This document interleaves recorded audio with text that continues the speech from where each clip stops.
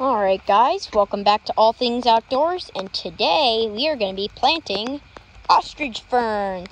It's a rainy day, it's April 14th, and they all say April showers bring May flowers. And I guess the March showers bring April flowers. Crocus, grape hyacinths, daffodils are pretty much done. Amaryllis over there, and it's about all the flowers actually. Never mind. Oh, we got hyacinths. Forgot about those. And crocus. This is the later blooming variety of crocus. But anyway, getting off topic here, we're going to be showing you how to plant the ostrich fern, otherwise known as the fiddlehead fern, for its large fiddleheads. I have another fern that has even bigger fiddleheads, so I'll show those to you guys too. First, we'll be planting these. So these are ostrich ferns. They're very big. They are one of my favorite types of ferns. This variety of ostrich fern, there's different types I think, but I don't know. But anyway, ostrich ferns grow to be about 4 feet tall and about 3.5 feet wide. So as you can see, they get pretty big. This one's already pretty big. And it'll get a lot bigger. Those two over there are pretty big too. And another thing about these guys is they are very easy to care for. They don't need to be cared for. Just leave them alone. Once you plant them, just leave them alone and they'll be fine. You may need to trim them and move them every once in a while because they grow and spread very quickly. So you can see over here at this fern, this is the first one I planted. I planted it last year. And I'll give you about 10 seconds to take a look at what's going on here and how they spread. If you look closely, you'll be able to see.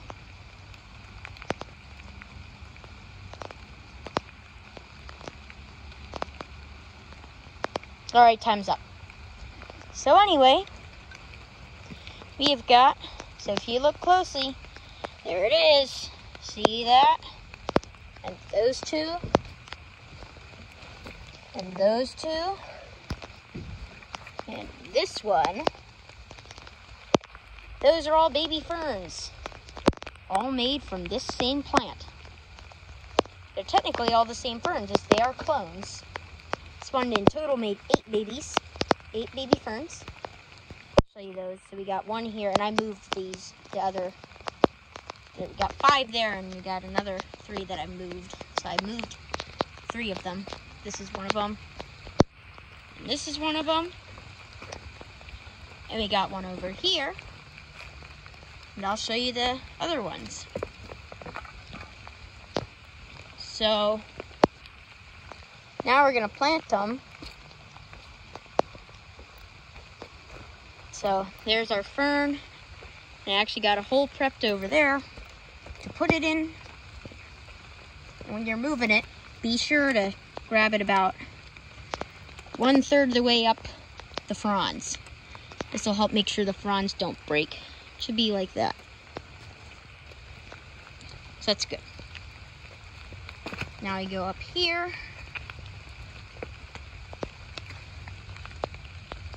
And make sure those roots get in there. This is what makes all the babies. Those big roots. They are runners, they spread. They will grow pretty big. They grow pretty long. I had one of them that grew like a 3-foot long runner. That was pretty crazy. I didn't even know they made that long of runners. So they are pretty big. They grow huge. And they will come back year after year with their beautiful big leaves. There we go. That's how easy it is to plant it. Look at that. Planted.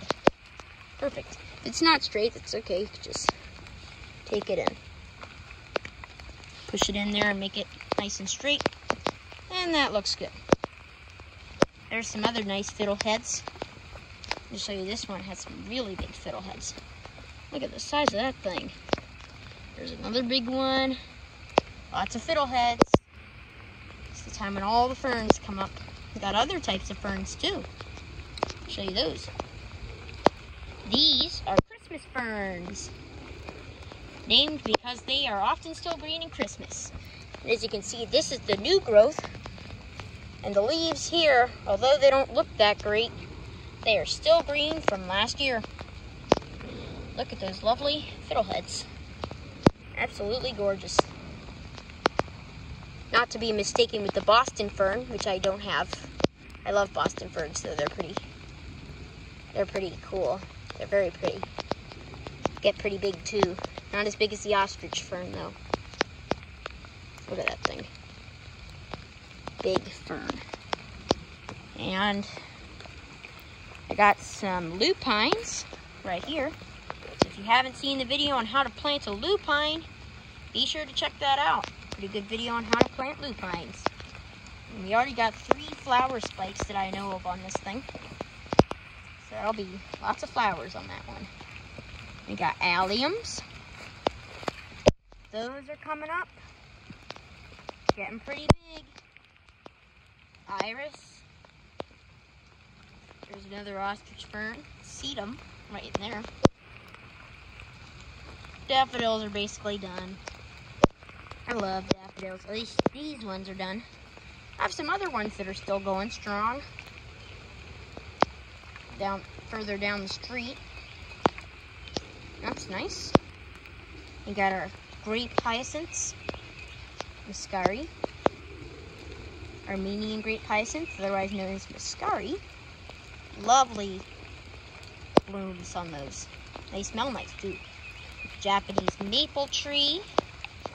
They got pampas grass. Oh wow, you already got a lot of new growth here. Look at that. That's new growth. Gotta cut off the old growth. But that's okay. It'll be fine. We got some more Christmas ferns. Winter cabbage, which is still alive. Snowdrops, they're done.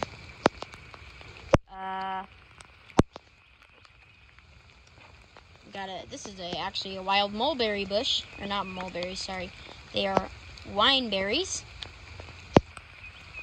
As you can see. Very nice.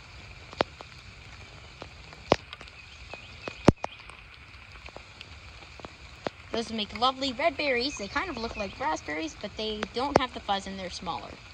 Kind of a shinier berry.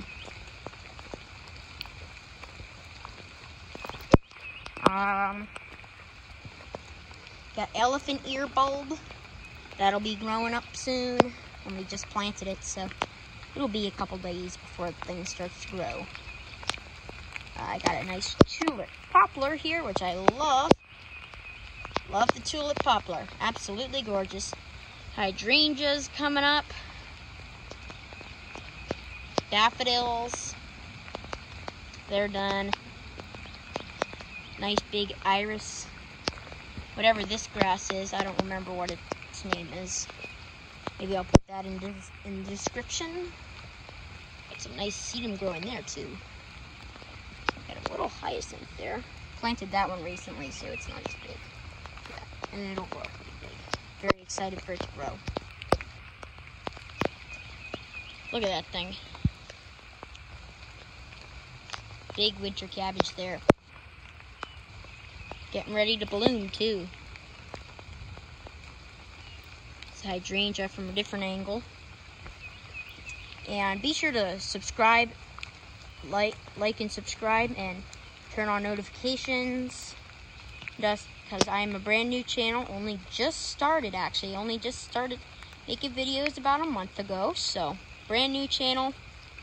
Really looking forward to building up the channel. So if you like pretty much anything that has to do with the outdoors, then be sure to subscribe, because I love the outdoors. So if you're interested in that kind of stuff, be sure to subscribe and comment down below after saying that you liked, subscribed, and turn on notifications, and you will get a shout out. Guaranteed. If you look over here, and also if you like pottery, I also do a lot of that too. Actually fired a couple pieces. Those are inside because it's raining right now. This is the kiln. Just built it. Well, actually, I didn't just build it. I built it in the winter time, I think, like in February. Yeah, I built it in January. That's the inside. It's called a cross draft kiln. You can see it goes this way and then it goes up. And I will have to do a video on how to build those. They're pretty fun. You can make a lot of good pottery with that. Look at that thing. So basically, you can kind of already see how I built it. Laid a bunch of bricks for the body, put some pavers on top, and then I built the smokestack.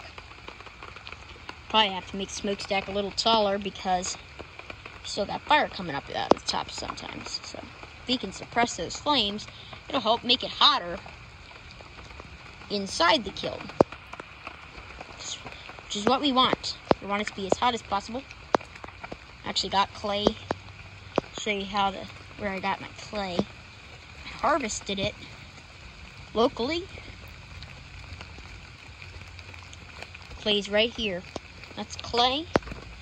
Nice clay there. Good clay.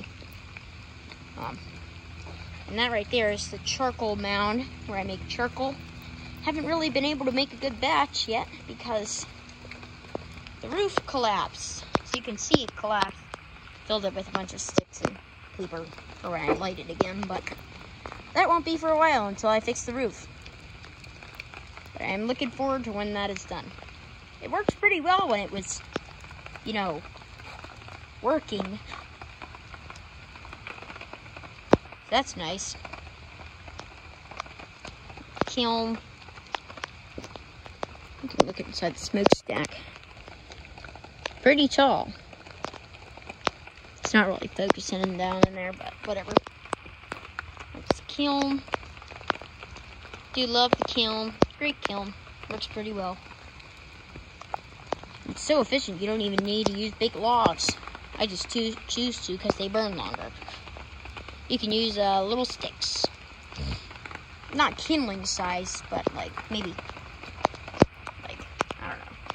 Maybe the width of that the shovel handle, that's good width. But I use bigger logs. You can use it with really any size log except for like super big logs. And that works. Works pretty well actually, that kiln.